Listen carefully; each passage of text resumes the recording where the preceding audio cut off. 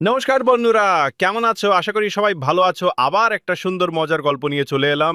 গোপাল ভাঁড়ের একটা ছোট্ট মজার গল্প। গোপাল ভাঁড়ের একটি ছোট্ট মজার গল্প।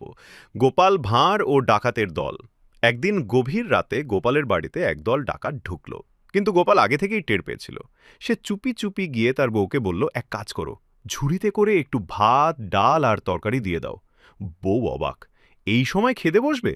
গোপাল হেসে বলল, না রে, ডাকাতদের খাওয়াবো।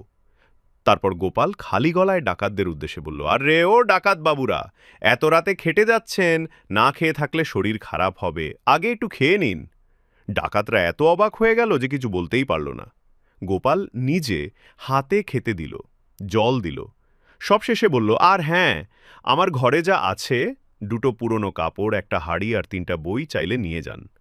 ডাকাতদের মধ্যে একজন কাঁদতে কাঁদতে বলল, গোপালদা, এত বড় মানুষ আপনি, আজ থেকে আমরা ডাকাতি ছেড়ে দেব।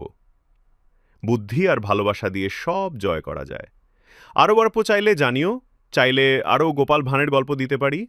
এরকম মজার গল্প শুনতে আমার পোস্টটাকে লাইক করে শেয়ার করে দিন।